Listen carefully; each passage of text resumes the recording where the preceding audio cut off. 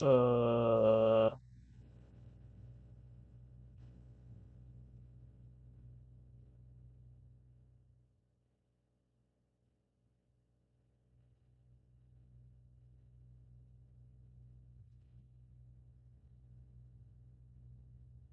sh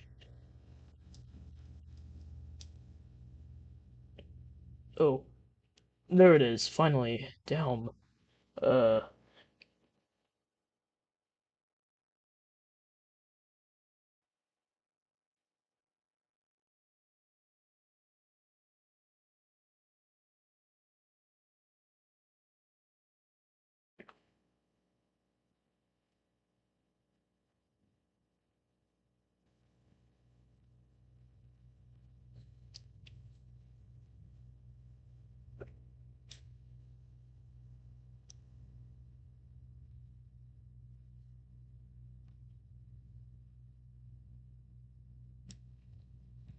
so I figured I should start the stream like when I'm more early into the sketch. I like the body.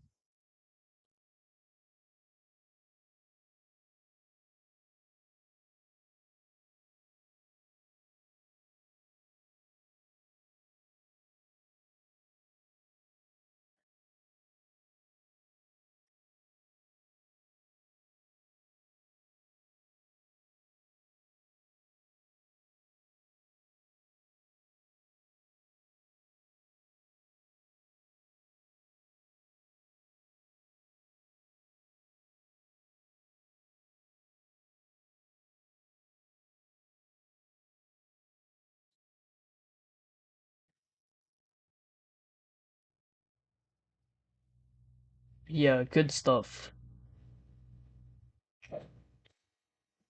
Um,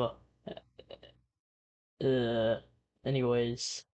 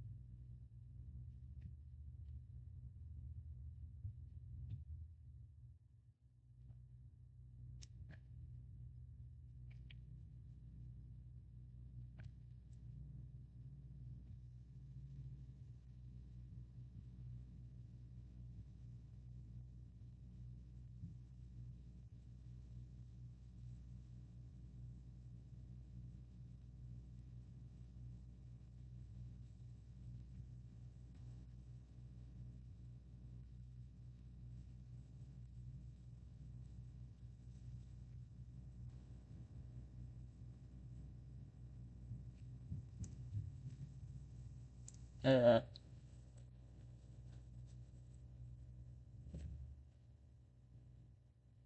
uh,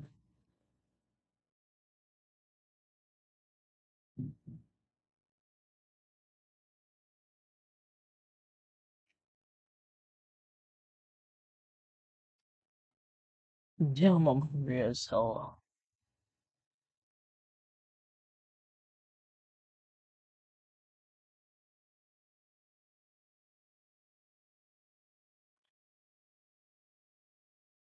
Big math exam today. Good to know, Bionic. Good to know.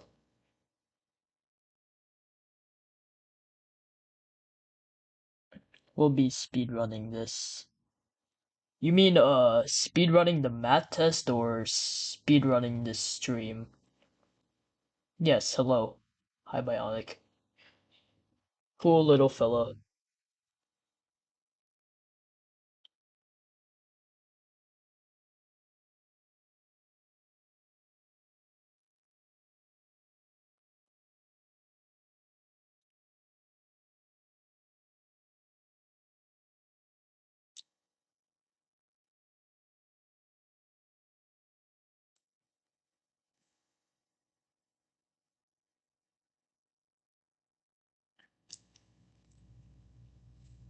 Math test, yes. Why are you gonna speedrun it? It seems like a bad idea.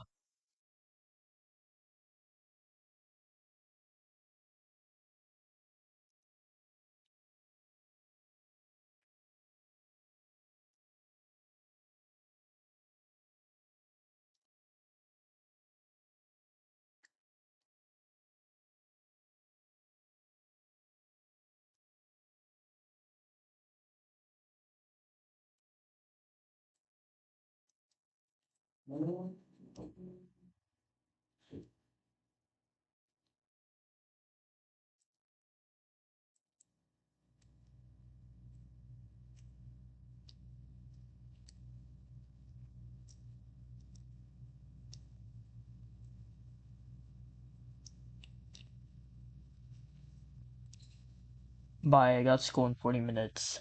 Whoops, see you later.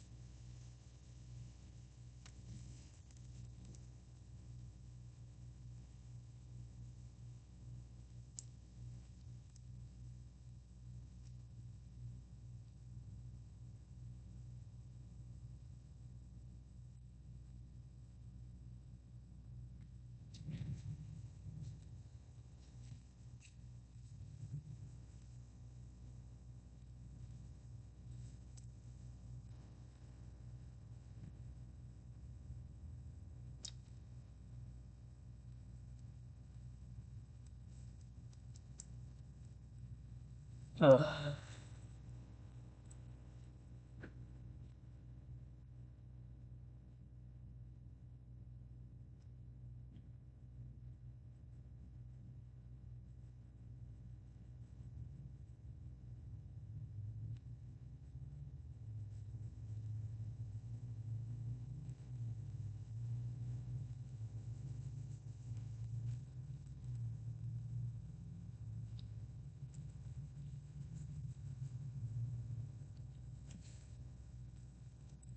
who's that one viewer that's still here not saying anything? Unless the view count is inaccurate or something.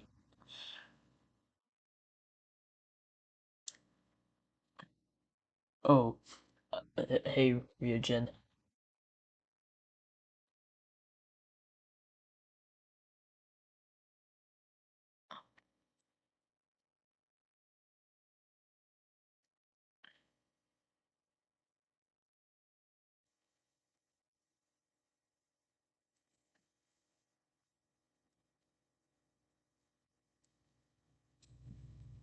Boogie it down, Lethal Company style.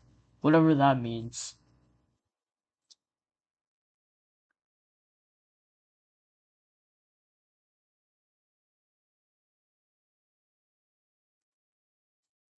It's 21 p.m. Uh, I don't know if I should get food or just cope with my hunger because oh no, I'm hungry as shit. I want food.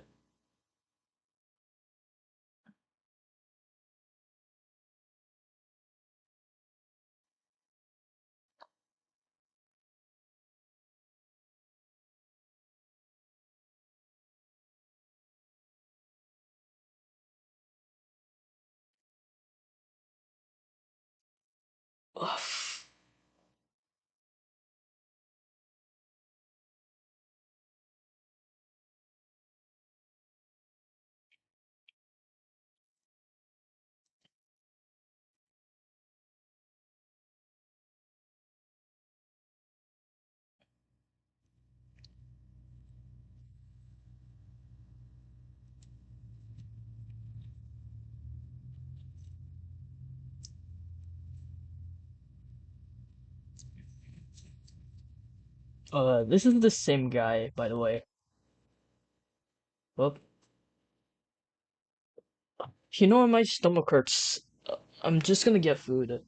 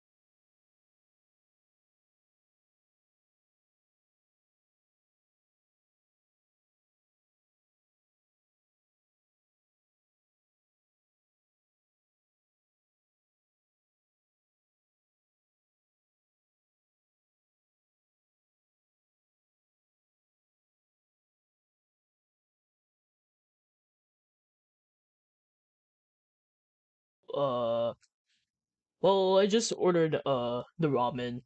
Uh, I'm gonna finish some stuff up real quick. So before I go, so yeah, fuck. Uh, if I go again, then you know where. Yeah.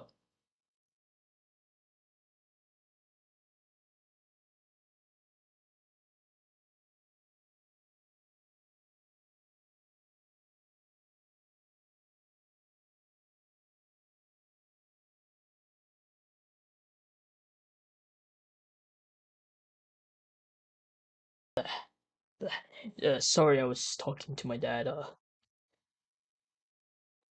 Ooh.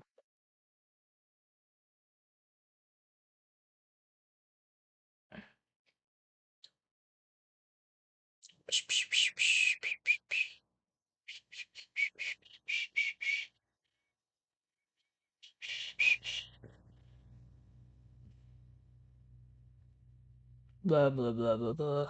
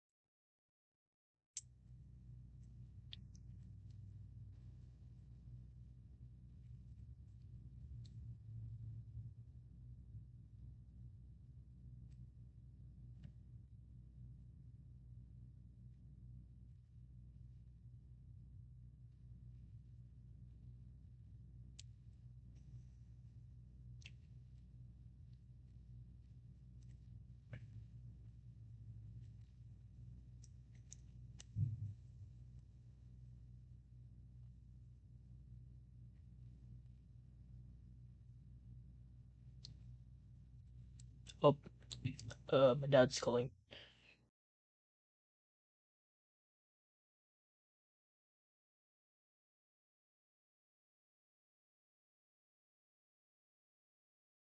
Well, I'm gonna go again. So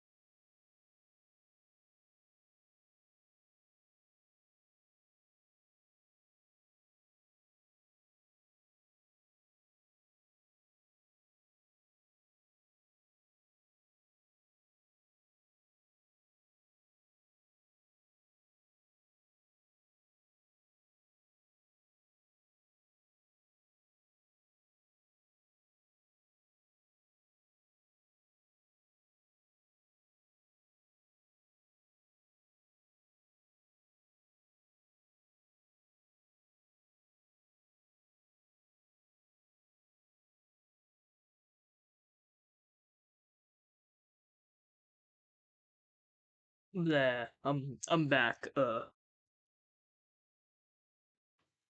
And somehow I still have one viewer.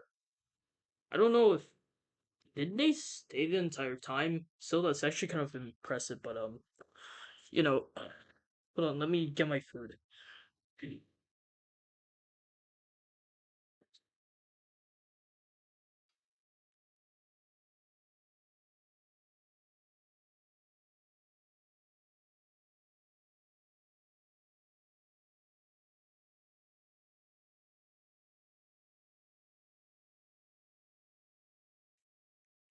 Well,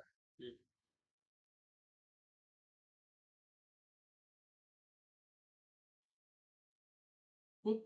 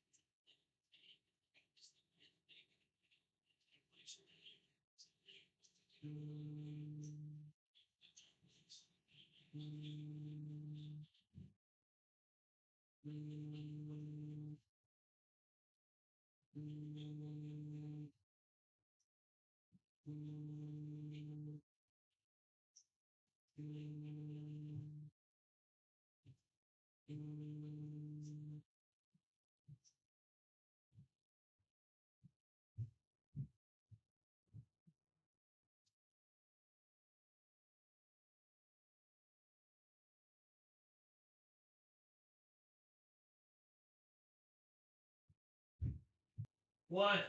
Tomorrow I'm gonna leave early in the morning, 10 o'clock. I take the day back.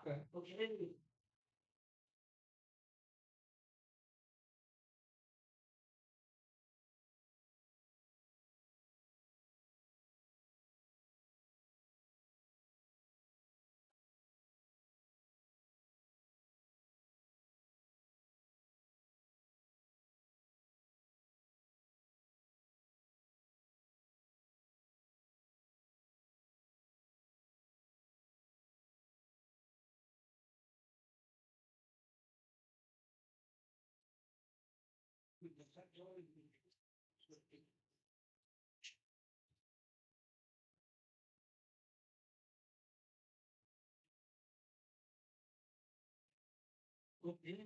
Damn.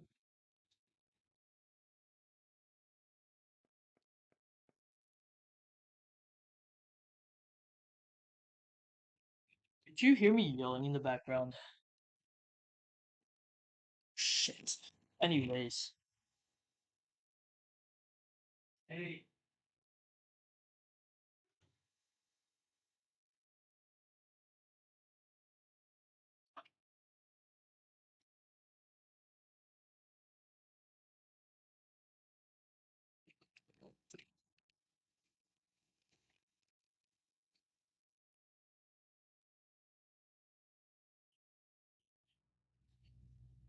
The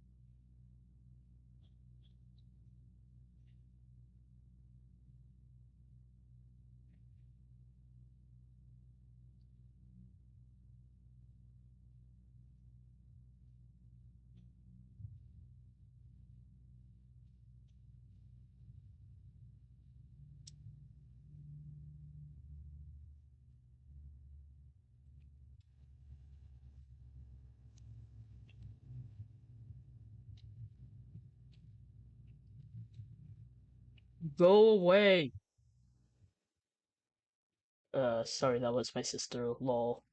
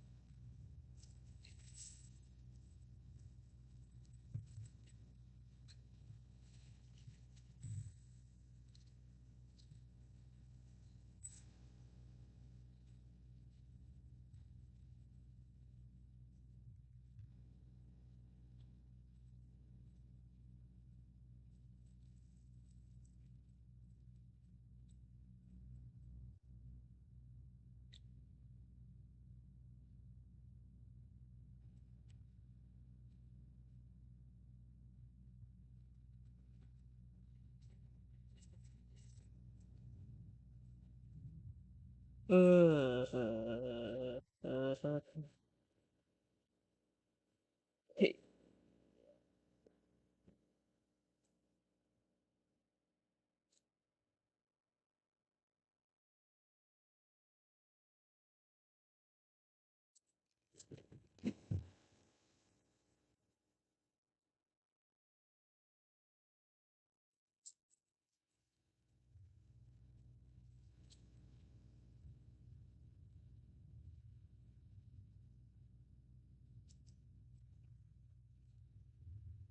I mean, eating while streaming probably wasn't a good idea, but you know, whatever.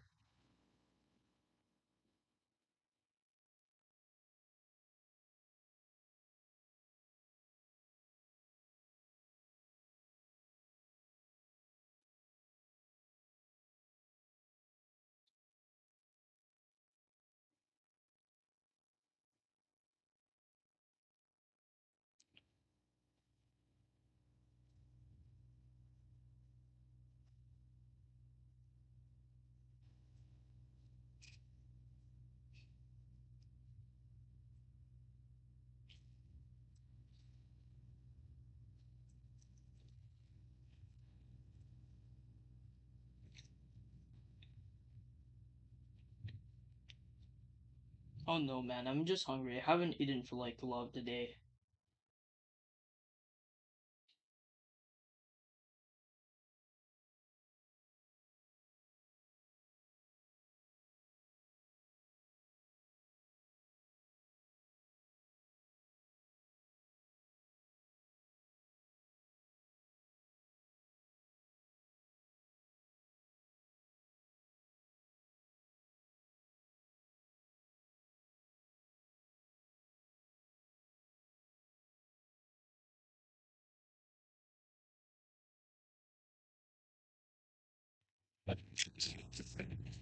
Anyways, now that I'm done with that,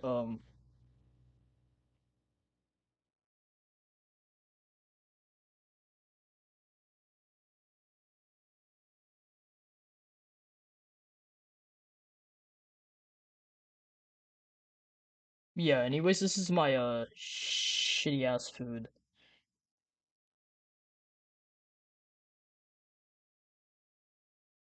Can't believe people are still watching this. Damn.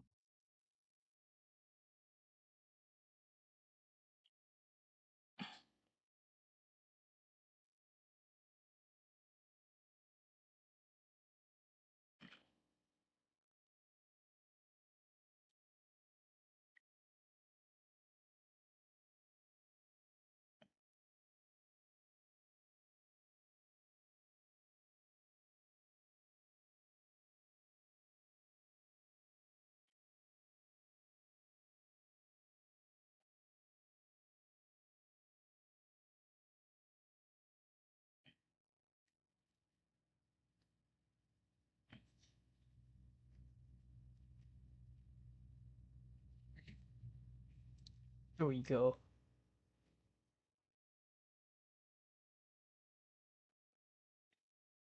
Could put more detail into it, but whatever.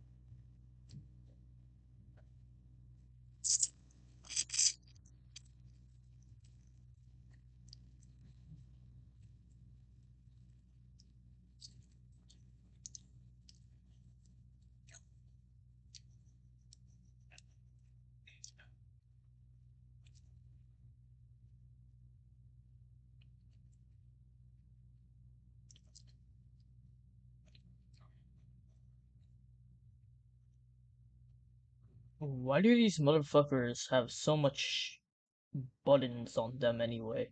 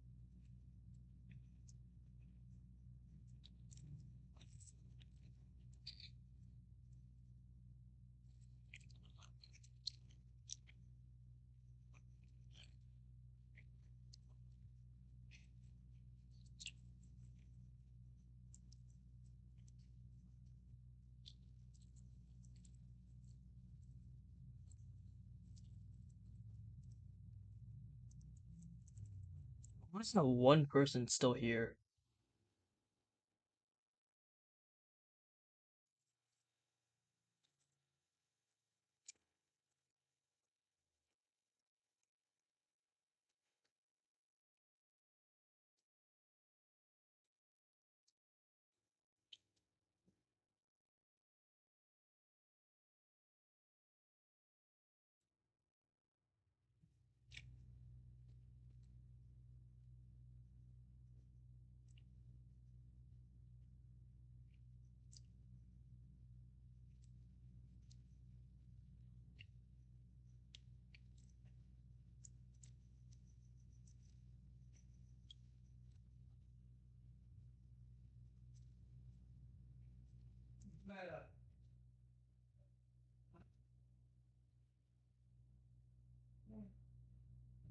This bitch keeps screaming. Ugh.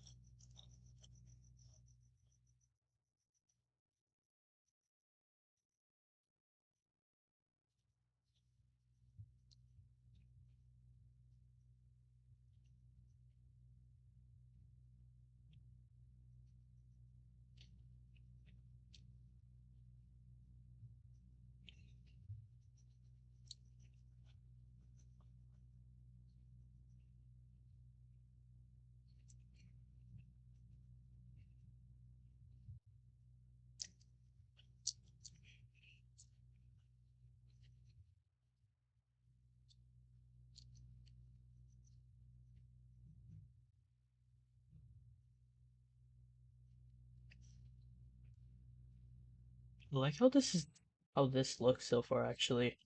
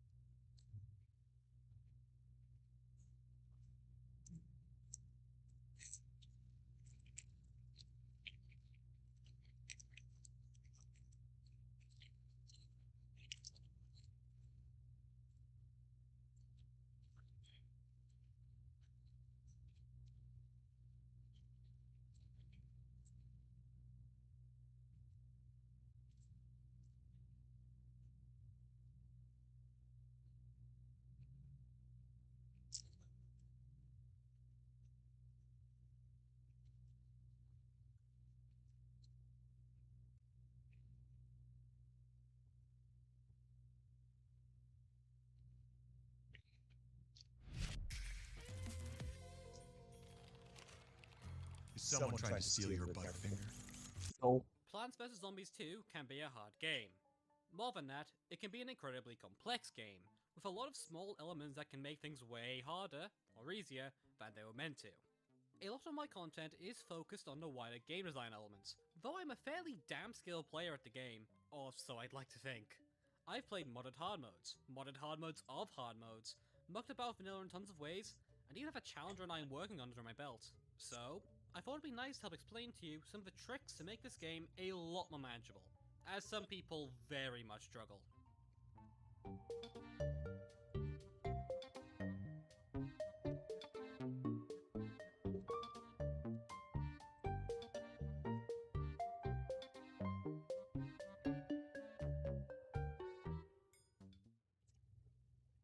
Sun producers are the second most powerful unit type in the game, after instant plants.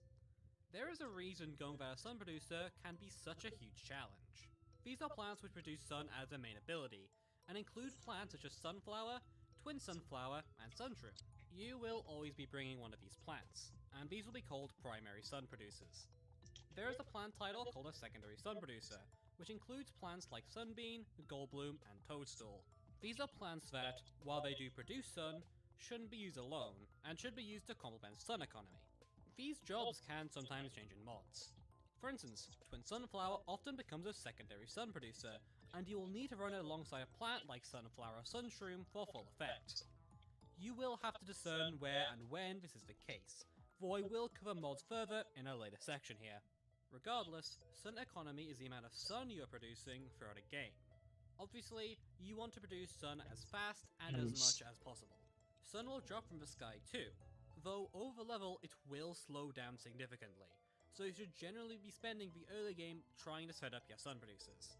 In base Plant vs Zombies 2, all heavy plants tend to be the best plants in the game. There are exceptions, but generally if a plant costs a lot of sun or requires a lot of sun to use, it is utterly incredible.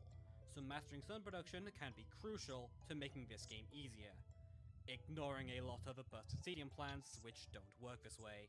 Though, despite this, you shouldn't be protecting sun producers as much as other plants. Sun producers are potent, but often less individually valuable than other plants. Generally, sun producers can be replaced or lost and you can still win. Despite their obvious importance, you can beat levels with no sun producers remaining, but will struggle to win if you have no attacking plants left. Always lose a sun producer over an attacker if you can. Most sun producers cost less than an attacker, and you can still fight for a bit longer if needs be this way. Obviously, lose neither and use an instant plant if possible, but it may not always be. For all sun producers, you want to have as many of them on the field as you feasibly can. And I do mean as many as you can. They should be everywhere, anytime. If a space is empty, you should have a sun producer there in most cases. Even if a zombie is in that lane and will eat it in 10 seconds, often it's worth putting down anyways. Every primary sun producer, that's not twin sunflower, will produce its cost back in its first produce, which is much faster than later producers. There is no reason to not take this deal, as it only produces positives for you. This also means breaking symmetry. Symmetry is rarely a sign of a good defense, and you need to be cautious to ensure that your inherent need for pans doesn't get in the way of sweating the funny plant game. After all, your defense should be based around the zombies, not the plants on the field. At all costs, do not go for symmetry unless you're in the late game of a level and already essentially beat it, and you are just doing maintenance. Either way, this large group of sun producers is called a sun field often. Maintaining your sun field is crucial to mid and late game of levels, ensuring you have a sun to defend it and the rest of your plants. You should make sure it's always defendable, while using instants constantly to defend the field. This is a skill mostly involved with using instants effectively, rather than your sun producer placement, but generally it's more convenient to stop placing sun producers at about column 6. Either way, a good sun field will also slow down zombies for your attackers, producing a meat shielding effect.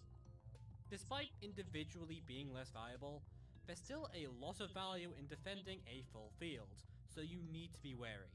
In terms of which to use, the main two should be Sunshroom and Primal Sunflower in vanilla. These two produce sun the quickest, being able to return a profit the fastest and working the best with meat shielding. These two are about as good as each other, so just pick a favourite and roll with it. Moonflower, then, is the next best producer. It produces the most sun out of any producer in the long run, but has a slower recharge than the former two. It also suffers from the sun field being destroyed, as they rely on other moonflowers to produce more sun. Sunflower and Twin Sunflower should never really be used in comparison. Both these suffer from being outclassed in production overall. Twin Sunflower is still very usable, and technically has a niche, at the single best production in a single space. There's definitely a niche, but try to avoid it at all costs. Finally, for sun producer placement, you should always have at least 5 sun producers or so in the late game. You should shovel most of the others for damage, but there are some very dangerous consequences for not ensuring there are at least some sunflowers alive. It is fairly common to have these 5 be on the 3rd column, as all imps will land there from Gargantua throws. Again, you'd always rather lose a sun producer than an attacker, but this ensures you'll always have at least some while maintaining a defense against imp throws. You should probably never use plant food on sun producers unless you have a lot of spare plant food. They don't produce nearly enough sun of plant food to be worthwhile, and other plant food effects such as Primal Potato Mine can clear the field instead. The only plants potentially worth using plant food on, which produces sun, would be sun producers that deal damage too, but those aren't a common sight, and even then I don't think these are the greatest possible use. Save your plant food for dealing with zombies whenever possible. The one exception is if you get plant food super early, but even then it may be questionable. Stalling waves out is also crucial for making the most of your sun producers. Killing zombies slowly means new zombies will spawn slowly, and can help you make a lot more sun by giving you a ton of downtime to develop economy. This should allow you to save up for huge amounts of sun, and should be your default approach to every level. Early game instances like Potato Mine and Chili Bean will help with this immensely. With this in mind, let's cover some objectives and how they change things. In Don't Have More Than X Plant objectives, you should try to max out the number as much as possible. In most cases, this will be for your sun producers. You can always shovel to get more space, and with the shovel refund upgrades, any sun producer, including Twin Sunflower, will make a profit even when they produce just one sun. Very important to keep in mind. Don't Lose X-Plant objectives are a little different. In these levels, I strongly recommend running either Twin Sunflower or Moonflower, so you can produce as much sun in as limited of a space, allowing you to fill up the rest of the field with damaging, supporting, and wall plants. This is one of the 2 real exceptions to the place sun producers everywhere rule. Spend less than X sun objectives are the other. It goes without saying, but make sure you are running plants like Sunshroom during these, or whatever is the cheapest sun producer you can have, and try to place as few as possible. There is a cap on the amount of sun you can use, so make sure you aren't producing too much sun you can't use. Admittedly, easier said than done, but I'm sure you can find a way to get around it. You'd be surprised at how often just one column can do the job in these levels. No other objective really impacts how you should be placing sun producers in normal play, as in other cases you should still be placing them as usual to the best of your ability. However, gold tiles in Lost City will change this. When these are a mechanic, I recommend ditching Moonflower and Twin Sunflower entirely, and trying to place on these tiles as much as possible. Sunshroom will straight up give you a profit from doing this before it produces, but other sun plants are still going to give a lot. Considering the fact each gold tile produces the equivalent of a Primal Sunflower overall, trying to defend these tiles will make the sun economy rapidly ramp in your favour, and you are able to spam whatever you want. Gold tiles are insanely busted, and are the single strongest gimmick in the game. Make sure you aren't letting them go to waste. Dark Ages will also equally muck with your sun economy. Make sure you're using Sunshroom here exclusively, and break graves often. Sunshrooms being everywhere should help with blocking wizards, however, so keep this up for most of the game. Jurassic Marsh will too, as zombies will get constantly flung into your sun field, disrupting your economy constantly. I strongly recommend using secondary sun producers in Jurassic Marsh to keep your sun economy healthy. Most of these don't need permanent placement, such as Sunbeam or Soul Tomato, and can help you recover and keep the sun flowing late game. Frostbite Caves also does too. This is the only world where I think sun producers in the back can be reasonable, as heating is an absolute nightmare often. However, you can persevere regardless, with good play and heater positioning. Otherwise, no additional challenge beyond what's already been said. Just place down peppers or snapdragons frequently. All other worlds don't need express advice beyond what's already been said. So, let's get into secondary sun producers proper and their purpose. Secondary sun producers are just that. They are there to support your sun production, but not overwrite it. I also personally call them rampers often, as they often serve to make sun quicker so you can spam more sun producers, even harder than before. You do not need rampers in vanilla, so instead use them in levels where you aren't going to be able to maintain a sun field well. Jurassic Marsh, as aforementioned, is great for this, and potentially Dark Ages if you're particularly struggling. As a quick note, Toadstool is the most unique sun producer out of its bunch, due to the fact their ability to produce sun is secondary to their main attack, where they instantly kill a zombie. In general, Toadstool should mostly be used to that, though you can use less sun producers with them around, and they can absolutely contribute more than you'd think initially, considering its sun production rate is in fact overall equivalent to a sunflower. Neat. Anyways, all other secondary sun producers do their job in very different ways. Which one is right to use will depend on the scenario, but for the most part you will use them for the same job. It's simply down to minor differences in the level which one you should bring. If a level has a lot of high HP targets, then Sunbeam is the best. It allows you to make sun from higher HP targets, and is an excellent option, especially due to his easily accessible status. A little known fact is that each sunbeam on a zombie produces sun separately, so putting 2 sunbeams on a knight would actually result in getting those 2 sunbeams back in profit. This can help if you're stalling waves up properly, and can give a great early boost to production. In addition, removing armor through Magnashroom will still produce the full sun amount, as on death the zombie will drop a ton of sun. This also applies to Shadow Shroom. If a level has a lot of targets full stop, Solar Tomato may be the best bet. Solar Tomato will stun zombies in an area around it, and produces a lot of sun very quickly, as he produces a set value of sun per zombie. I recommend Solar Tomato often, as its high stun time is very helpful and you can easily use it for that alone. Beyond that, bring it for levels where a lot of low HP targets are present, as those are more likely to be used in excess. Goldbloom is the simplest secondary sun producer, producing 375 sun on placement, costing 0 sun, and having no further versatility. This means that Goldbloom will always be helpful, regardless of the scenario. If you have it, you can use it all the time. Its main use will be in the early game, as sun becomes less individually valuable as the game goes on, but 375 sun early on can go a huge way. Enlightenment is a plant I am not super familiar with, but is generally effective. It's similar to Goldbloom, being free and with a similar recharge time, but instead of producing a ton of sun alone, instead will buff all other sun producers and allow them to produce extra sun, and cause them all to produce instantly on placement. If you are using Enlightenment, I recommend using Primal Sunflower, as it gets buffed much more than other sun producers, likely due to an oversight.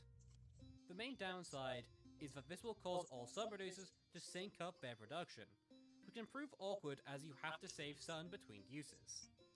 This is just something you'll have to deal with when using Enlightenment, as it's the only real weakness of the plant.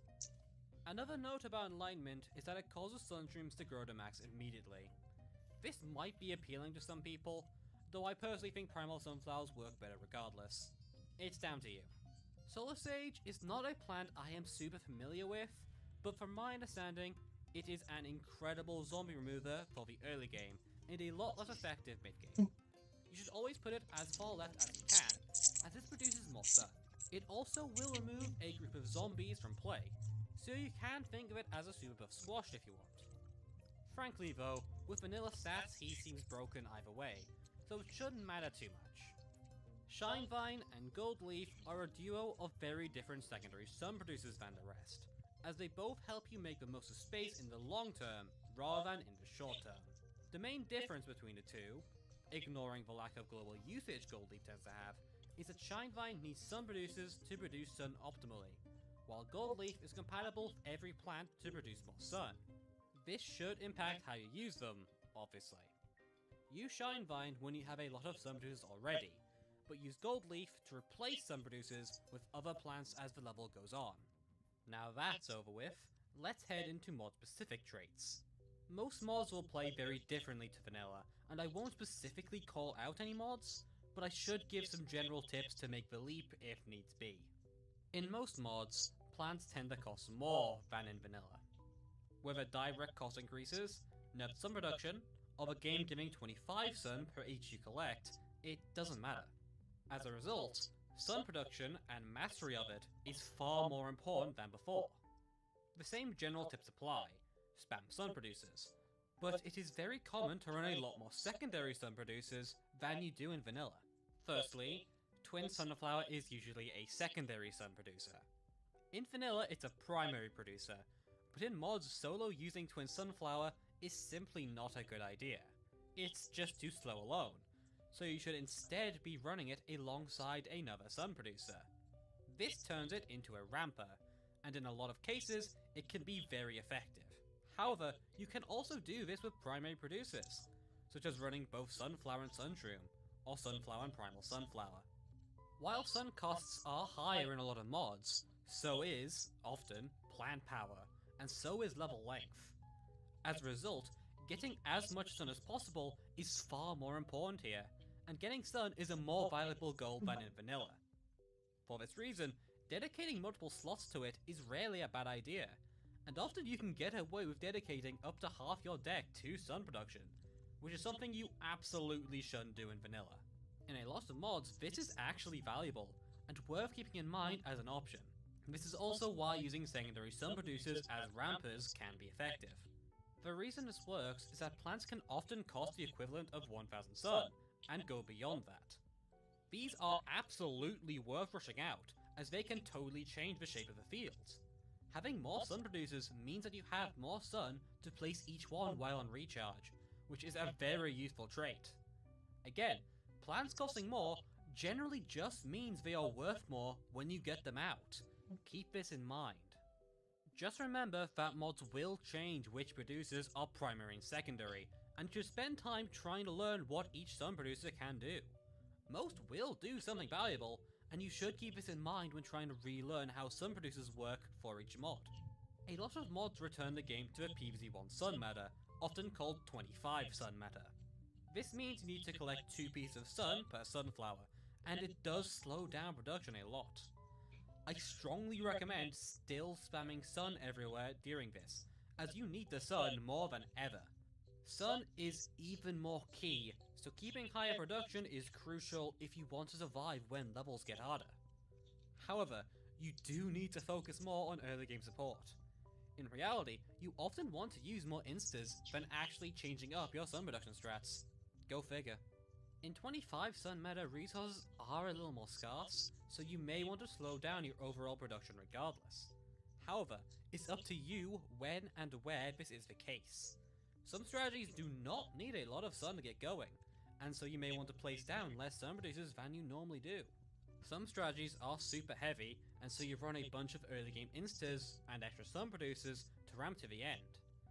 I can't go too much further in depth, as each individual mod will have different exact strategies to produce sun well, but this should be enough to get you started. And that's about all I can say. Obviously there's a lot more to be said that I didn't have a chance to, such as more specifics about plants like Sunbeam, Goldbloom and Shinevine, overall what you should be doing for the early game to be easier, and so on. That's just simply beyond the scope of this video, but I hope I've helped out even a little. If you want me to do more stuff like this, let me know. I've been wanting to expand my repertoire, I hope I said that right, of videos and such for a while, and this was an interesting video to work on, either way. I am curious though, if I was going to do another video like this, what stuff would you like me to talk about? Man. There's a huge variety of options, and most of them would be neat to see. Otherwise, let me know how much you enjoyed this, and we'll see what I do next, together. This has been Creeps, and have a good one. I don't know how to draw eyes, fuck.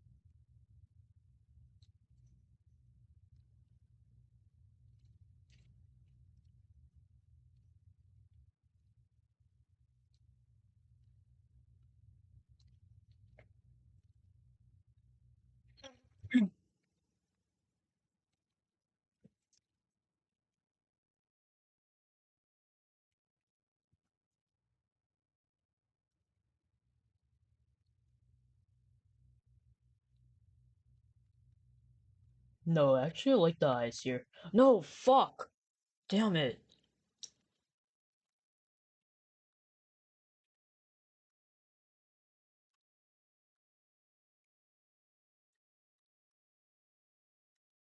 Uh,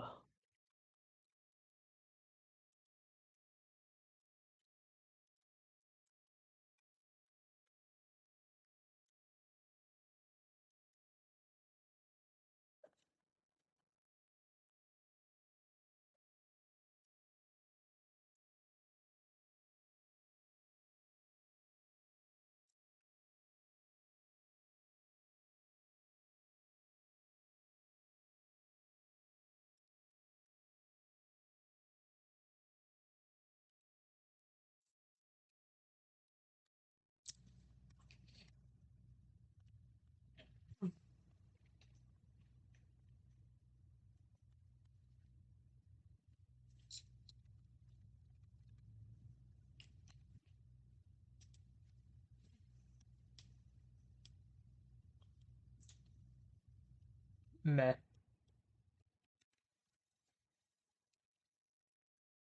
Looks like a little goofy.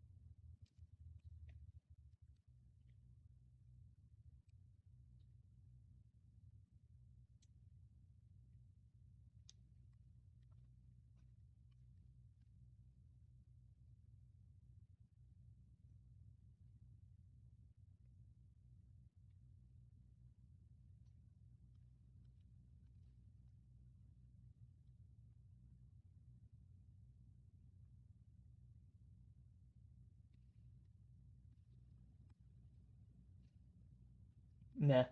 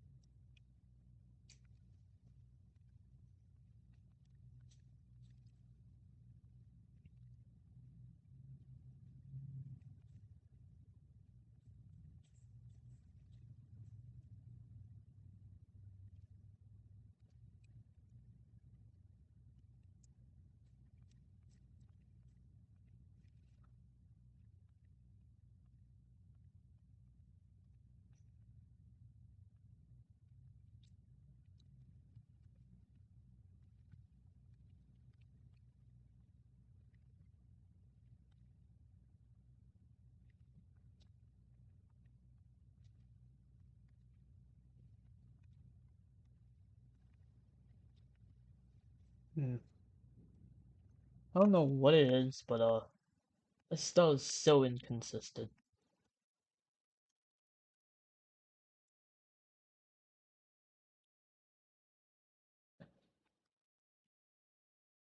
Oh yeah, the eyes should be smaller. Wonder why I looked off.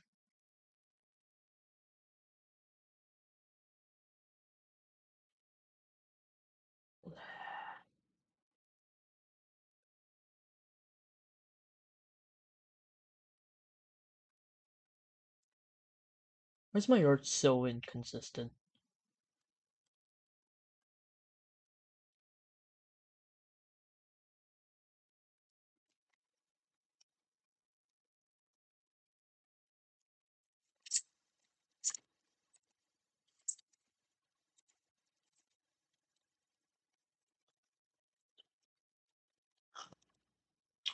Hold on.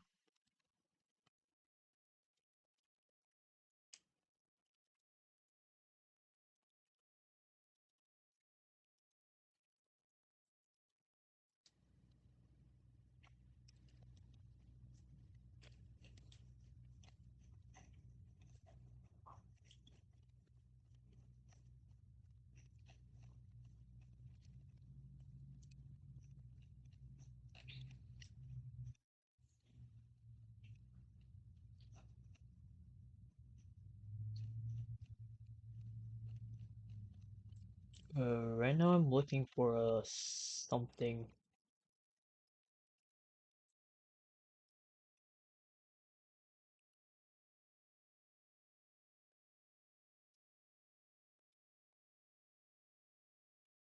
I don't get it. Has my ability to draw just gone down the drain or whatever the hell?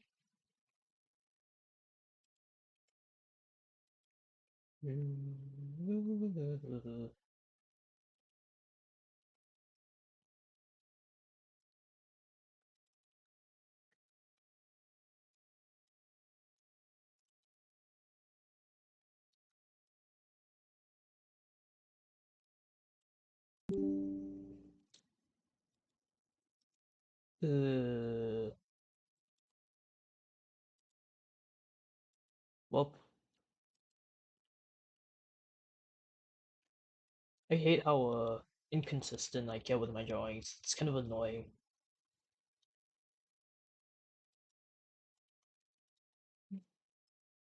His eyes are smaller and wider apart, yeah.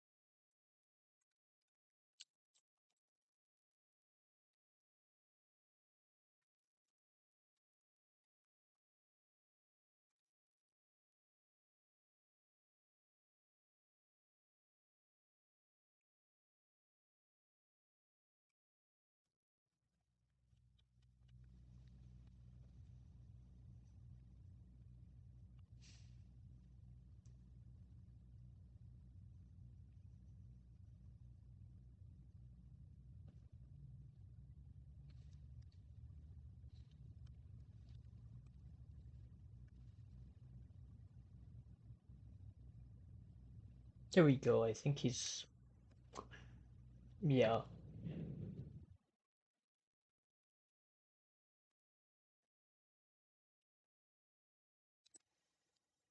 Like, there we go.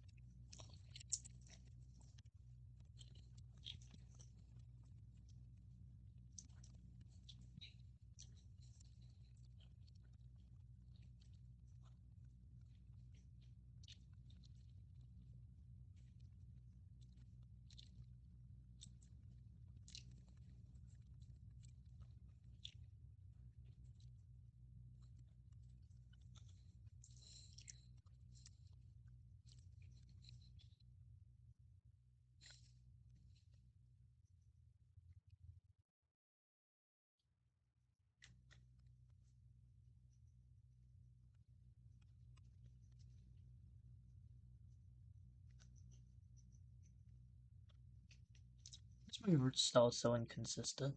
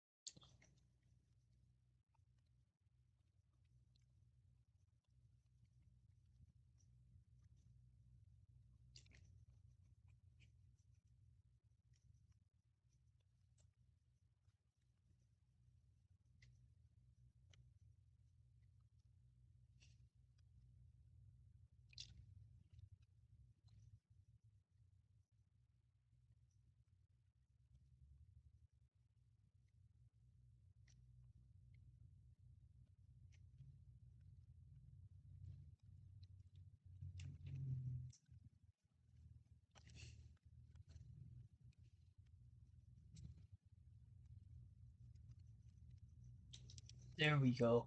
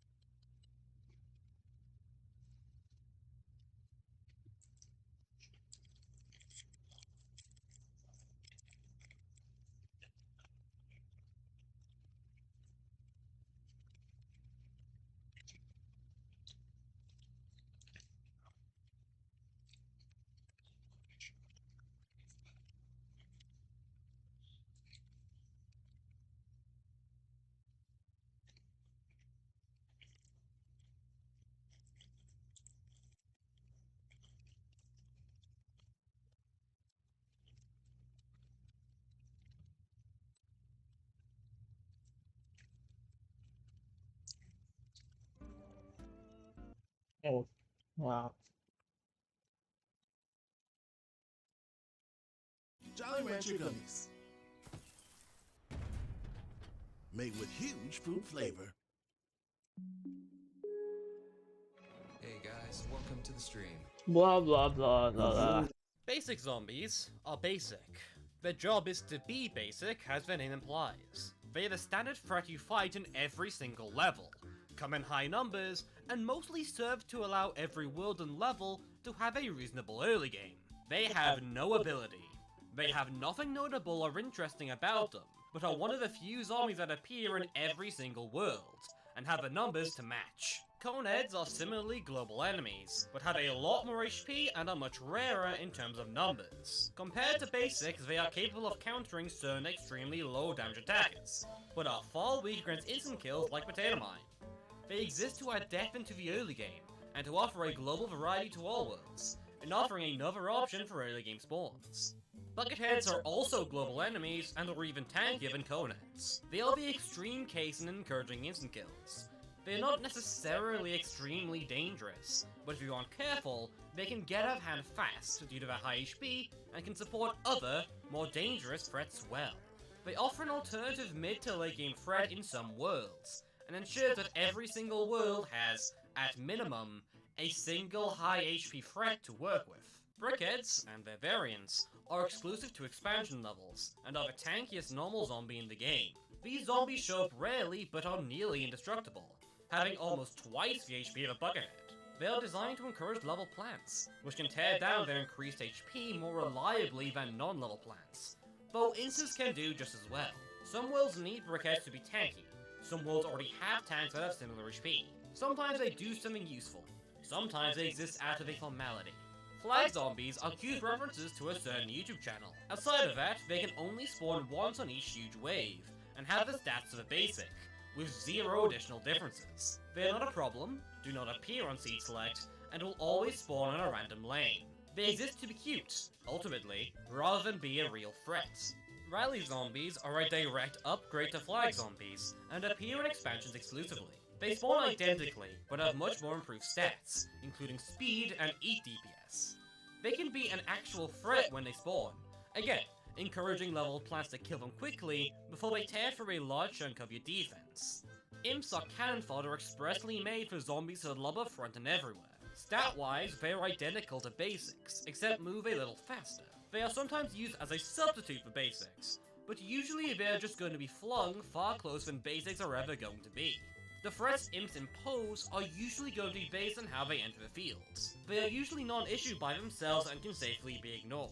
Gargantuas are the opposite of imps. They have huge amounts of HP and instantly destroy plants, even being faster than normal zombies are, while tanking 2 instant kills. When they get to low HP, they will also fling their imp onto column 3 to deal some additional damage. Gargantuas are rare to find, and usually don't show up in huge numbers. They mechanically tend to lure away instant kills from elsewhere to deal with them, acting as an instant magnet to susceptible threats who would be easy to kill otherwise. Phase Gargantuas are uniquely slower than most other Garg variants. While this does make them weaker, they are exclusively seen in Phase Breaker, mostly in Endless, where they exist to throw a wrench into your plants and force you to dip into your sun supply.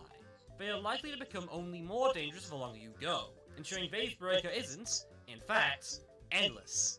Ra zombies are the first zombie you encounter in ancient Egypt, and are the first special zombie you encounter in the entire game. They can collect sun from anywhere on screen, but do so slowly, and only once they land.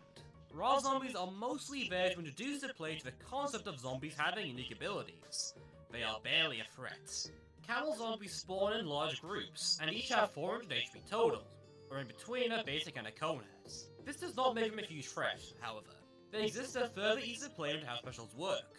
Note how minor they really are, but are mostly there to introduce a certain plant. Explorer is the first special zombie that can be a real threat. Explorers move fast and will instantly destroy plants that touch their flame, but also don't have a lot of HP. They aren't friendly if they come alone, but behind buckets or clumps of camels, can sneak through and counter your walls. They are a fast early game threat that is intended to work well with the other 2 zombies we haven't talked about yet. You can also counter them with freezing or chilling plants, such as Snow Pea or Iceberg. You can argue this is done to sell Snow Pea if you so wish. Torchlight is an expansion exclusive zombie, which is like Explorer, just way more dangerous. Now moving faster and with increased health. Unlike normal Explorer, they are designed to force chilling plants and level plants, due to both a high speed, decently high HP, and dangerous ability. If you see a Torchlight, a counter must be brought, otherwise you will simply lose. Tomb Raider throws bones out onto the fields, each creating additional graves that can tank damage. This can help make Explorer more dangerous, and serves as a backline threat to add more HP to the fields. They are designed to further encourage area of effect, allowing to bypass the graves they spawn, though in practice raw damage can often be just enough. They are also designed to encourage Gravebuster to be used more, by spawning additional targets for them to work on. Pharaoh Zombie is intended to be a tanky threat in ancient Egypt. It has slightly more HP than a Buckethead does, and when low on HP, will rush forward like a newspaper zombie, though it does not have an increased EAT DPS. It tanks for both Tomb Raider and Explorer, allowing both of them to trigger their abilities better and harder. The Zomboss Sphinxinator is a Cyclops Zomboss that serves as the final boss for ancient Egypt. It jumps around a field and summons zombies, fires missiles, and charges lanes to remove plants. The most unique thing about this fight is that the missiles spawn bones. It's the first boss in the game after all, so it's more so there to get you used to how boss fights will work in PC2, which is its main purpose. Swashbuckler is the first special Pirate Seas you encounter, and has a fairly simple role. An alt basic type that can attack on lanes without planks. Swings onto column 5, sure, but he only really has the HP of a basic. He forces offense onto those lanes so you can't just place nothing on those, and can also spawn on other lanes as part of a raiding party, serving as an early game threat that attacks from the middle of a wall.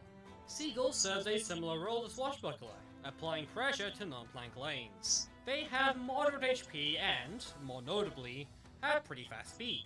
Pelican is a seagull with increased speed, made for the expansions. They don't have any other real changes, though with Blover unlocked, you could argue Pelican's job is to force that plant, which will completely remove it from being a threat ever. Though unlike other veterans, this one is very tame. Barrel Roller is a designated tank zombie in Pirate Seas, with the barrel itself having buckethead HP, and a practical insta-kill. The barrel can touch Spikeweed or Spike Rock, destroying the barrel in the process, and both catapults and piercing plants can hit the barrel roller behind. The barrel destruction will spawn some imps as well. Overall, though, Barrel Roller heavily encourages you to bring AoE to deal with it quickly and ensure the imps aren't a problem. Imp Cannon is a stationary zombie that will spawn imps constantly, eventually exploding into a barrage of imps all over the field.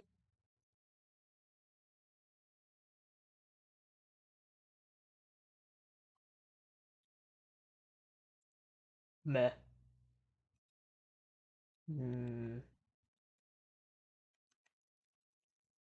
I'm done with my food anyways.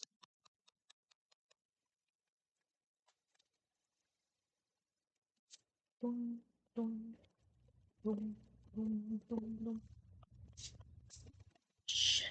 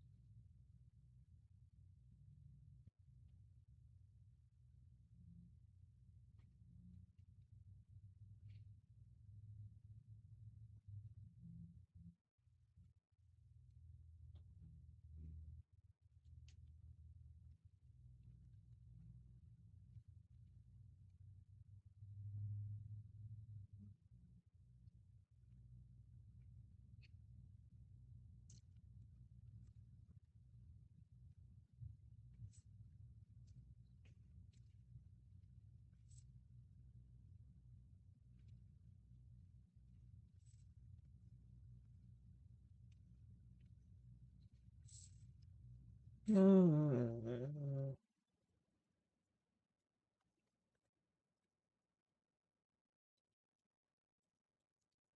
you don't kill in time. Its only tank is a Conehead, however, so it's usually not too hard to kill it before it explodes. Still, the entered spawns aims to overwhelm a player, and like Barrel Roller, they encourage area of effect. Pirate captains are slow-moving zombies that summon a parrot occasionally. This parrot will target the furthest right plant in a random lane, float above it, then take it if it's still alive after a few seconds. It is capable of instantly killing plants, and doesn't really care for their HP, but if a parrot dies, it will never respawn, needing another captain to appear. Parrots have somewhat low HP, but they don't last long, and especially in early game, they can be very overwhelming and grab several plants.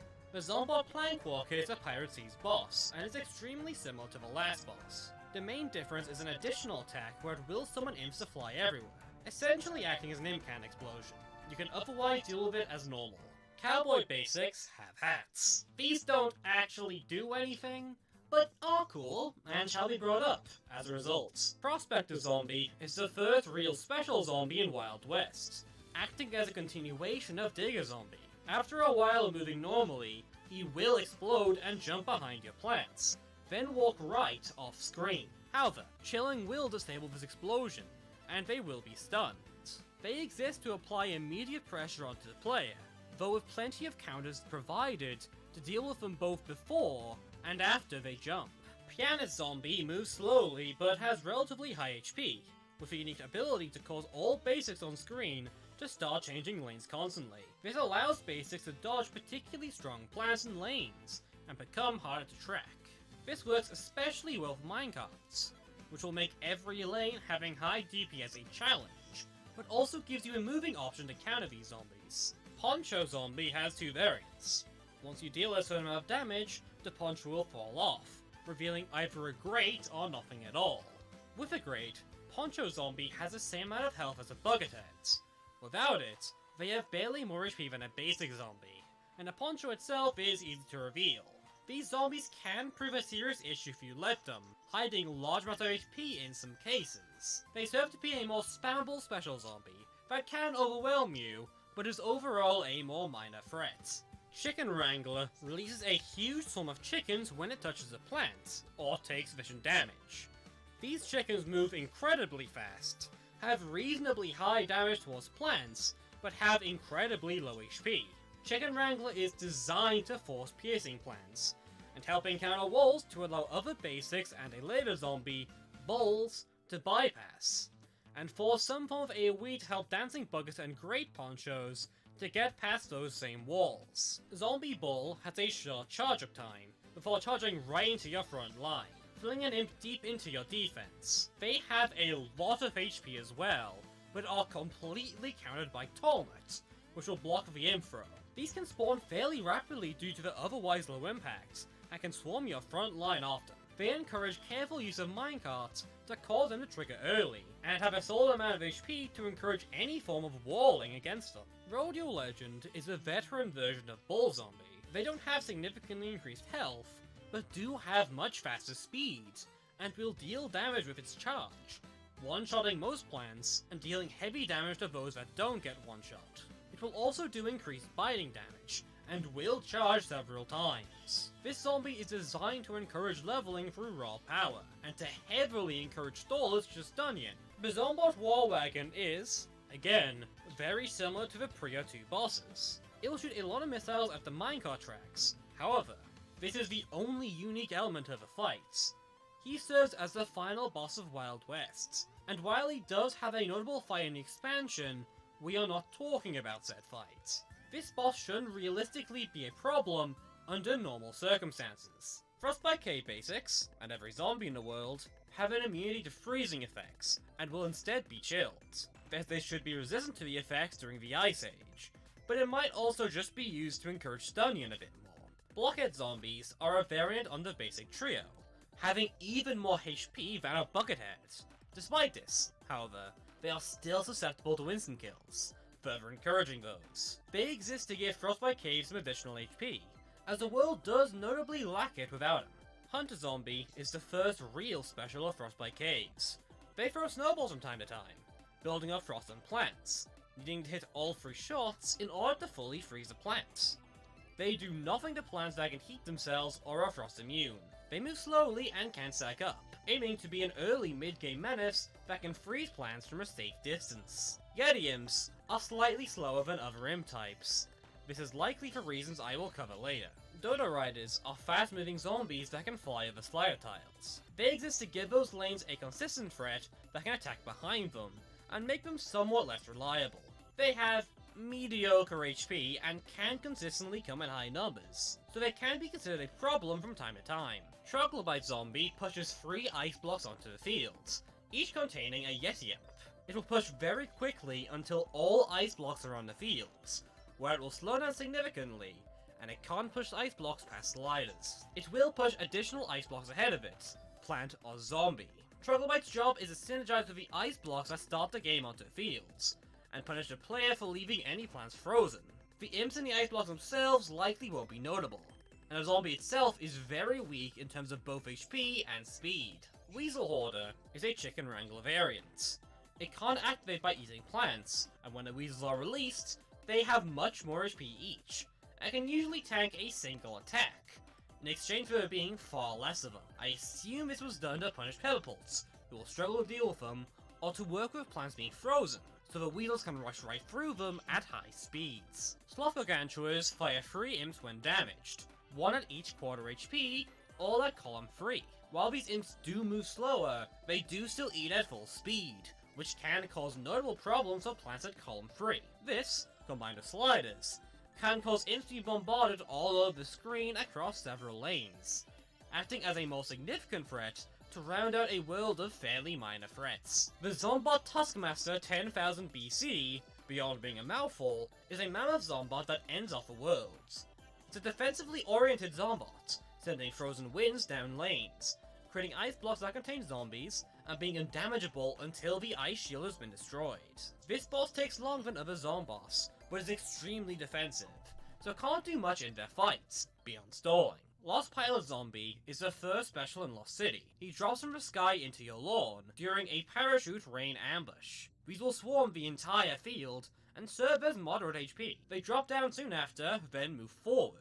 They apply immediate pressure and aim to remove some of your plants to allow the other zombies to appear. They also do a good job of ensuring deep gold tiles can remain contested throughout the game. Excavator Zombie is immune to all straight shot projectiles, taking absolutely no damage. They will also use a shovel to push plants ahead of them to 2 or so tiles behind them. They exist to combo nicely with the next zombie, but also serve as a solid and relatively fast moving threat. They counter walls well, and are somewhat a priority target while remaining very spammable. Parasol Zombie blocks all lobbing projectiles. Unlike Excavator, this will fully negate the projectile entirely, and deny it from dealing additional splash damage. Its job is to synergize with Excavator, encouraging setups that rely on both, or pierce through both, with a single plant. Bug Zombie is similar to Excavator, though they lack an immunity. They are a fast-moving zombie that carries a zombie beneath, flying over most plants. On death, that zombie will be dropped, being either a basic, Coned, or Bucketheads. They can be destroyed if blown through a hurricane, which is likely your best shot. These zombies are fast and numerous, and like Excavator, serve as a solid and somewhat rushy threat, especially impactful during the early game. Importer has moderate HP, again, in between a basic and a Coned. He moves slower than a normal imp, but carries a backpack. If he reaches a gold tile, he will instantly die and spawn a tent on that tile, which will spawn basics, Coneds, and Bucketheads. If they die beforehand, however, they will simply drop their bag behind them as a grid item. Importer serves as the main tug-of-war with gold tiles, and aims to make the gimmick more interesting than purely a huge benefit for the player.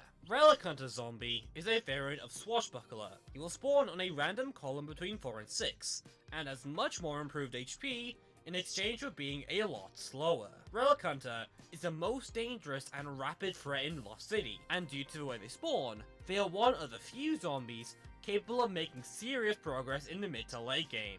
Crystal Skull is a ranged zombie that will instantly destroy most normal HP plants, and deals heavy damage to walls. They have low HP, and will steal some sun in order to charge faster. They are one of the main causes of Lost City being capable of reclaiming land for gold tiles, as these lasers are quite effective at removing huge piles of plants if you play into them. They especially work well in border, where that little extra distance could result in a dangerous tent being spawned closer than you may like.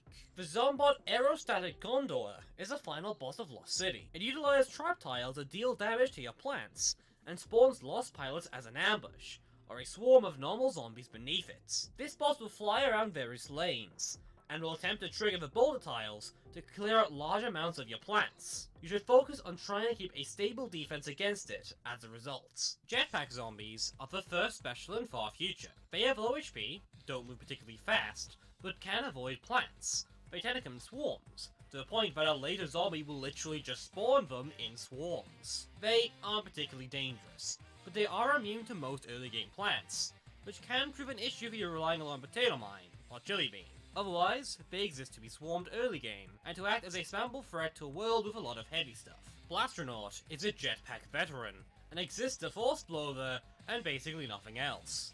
They are unholy fast, and while they aren't the most tanky, there is still enough HP provided in the world itself for this to be a serious issue. Don't bother with any other counter. You are forced to use Blover.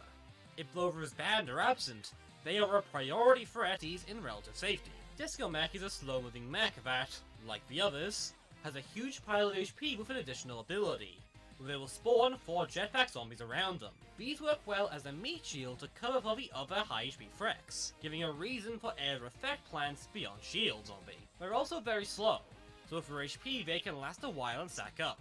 This can result in a loss in itself, but also means they can be a slow burn, without much immediate pressure, giving an alternate lose condition. Football mechs are one of the biggest threats in the world. If given a chance, they are one of the few enemies in Far Future that can pose a significant threat without numbers. They have a large HP pool like the other mechs, are relatively fast for the size, and will push all plants in the lane back one space. This can pose a significant threat if your plants are out of position, and is the second biggest heavy threat that will need to be contended with. Gargantua Prime is a major rework to Gargantua, changing it into a ranged threat. It moves slower and attacks at a different speed to other Gargantuas, resulting in it having a very different series of mechanics and counterplay. Gargantua Prime's laser beam makes it capable of destroying plants from a range, thus making them the ultimate installer. They must die, otherwise you will instead. Transform plants into sheep, disabling them outright until the wizards die.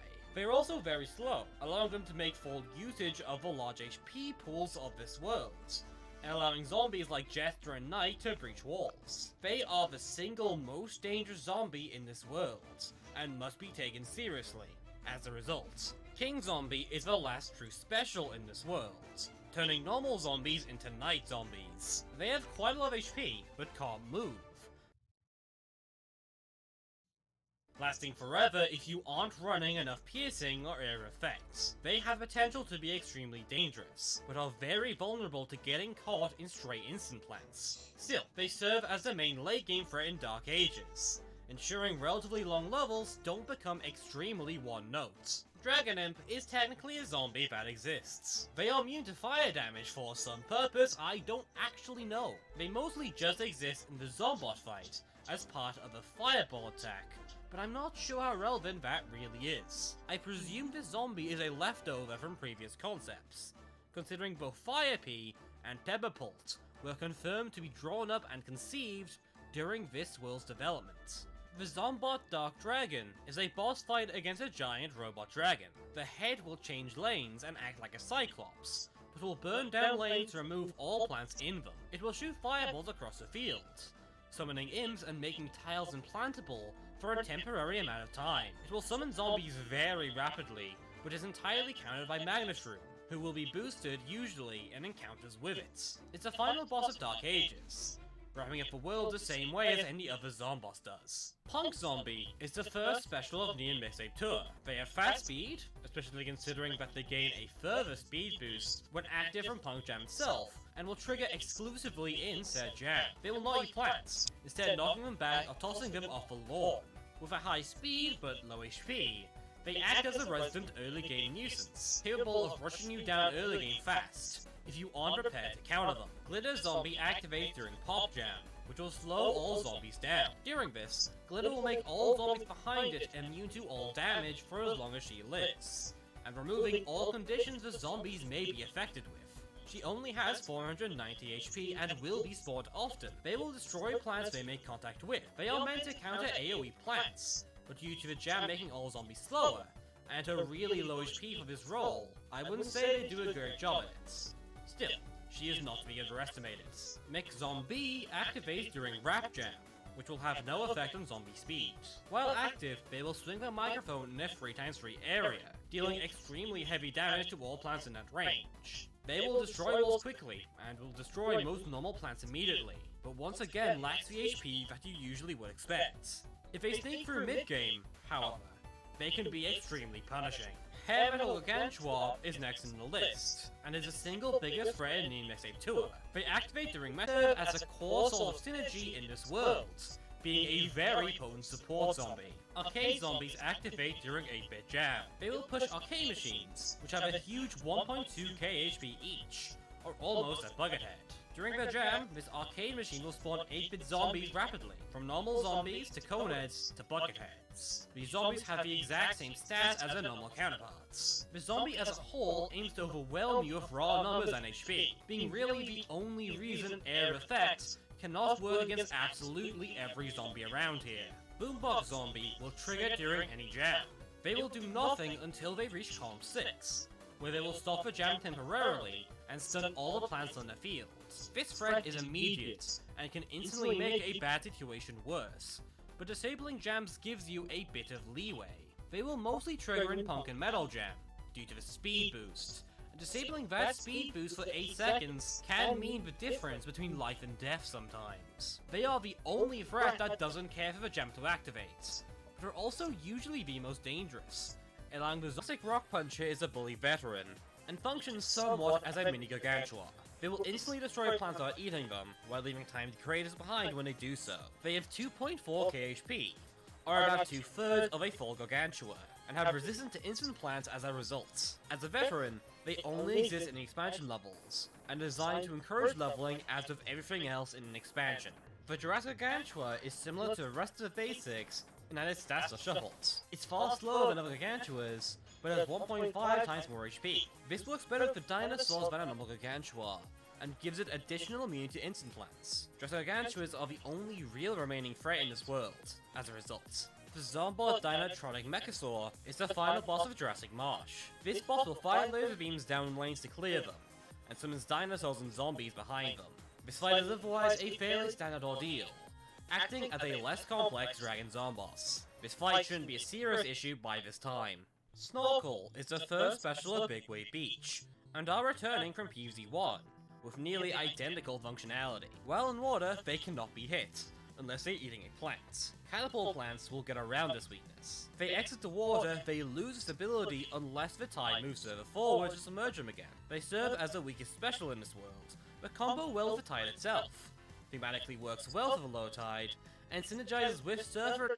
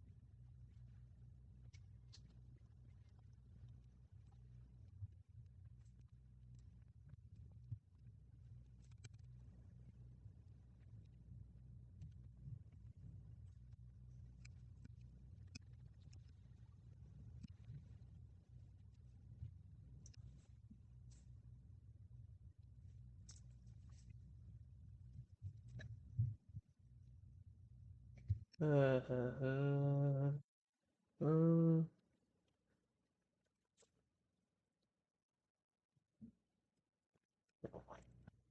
who's that one viewer that is still here for some reason?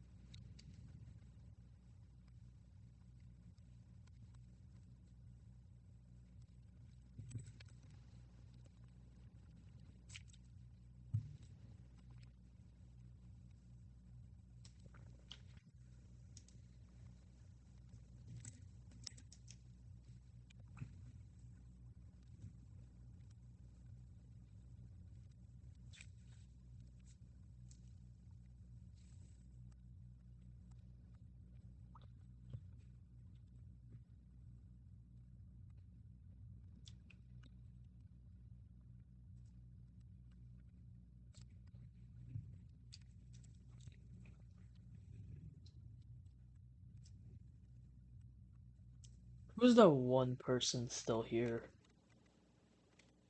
Oh well.